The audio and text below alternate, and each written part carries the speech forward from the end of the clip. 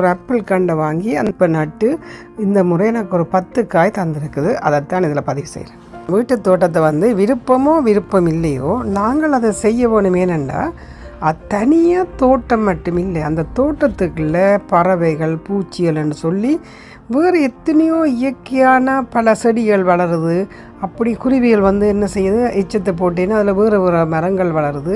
இப்படி பல படிப்புகளை நாங்கள் படித்து கொண்டே இருக்கலாம். இப்போ கூடுதலாக ஸ்ட்ரெஸ் வரவே இங்கே இருக்கிற தோட்டங்களுக்கு தான் அனுப்பினோம். போய் அங்கே நீங்கள் தோட்டக்கலையை கற்றுக்கொள்ளுங்க. இந்த தோட்டக்கலையில் எனக்கு தெரியாது, நான் போய் இப்படி தோட்டக்கலைகளை பற்றி அறிஞ்சு நான் வீட்டு தோட்டம் செய்து கொண்டு வரேன். அதில் எனக்கு சந்தோஷமாக இருக்குது. புது புது விஷயம். கல்வி படித்து முடியாது, அதே மாதிரி தான் தோட்டக்கலையும் படித்து முடியாது.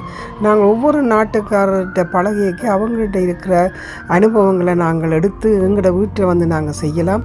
உங்கள்கிட்ட நிலம் இல்லாண்டி கூட ஒரு சின்ன ஒரு பொட்டுக்குள்ளே ஏதோ ஒரு செடியை வையுங்க. அந்த செடி வளரக்க அதோட ஒரு உயிருள்ள ஜீவன் இப்போ நாங்கள் விட்டு வளர்க்குற மாதிரி இதே நாங்கள் பார்த்தோம்னா நாங்கள் புரிஞ்சு கொள்வோம் அதை எப்படி எங்களோட அதை பழகுதுண்டு. குடும்பத்தில் இருக்கிற மற்றவை பிள்ளைகளுக்கு கூட நீங்கள் இதை பழக்கிடலாம். பிள்ளைகள் விருப்பம் இல்லாமல் இருப்பினும், ஆனால் அப்போ அவையே தண்ணி ஊற்றிவிடும், அவையை அதை போய் பார்ப்பினோம். அப்போ என்ன நடக்குமெண்டா ஒரு இயற்கையோடு இணைஞ்சிடுவினோம்.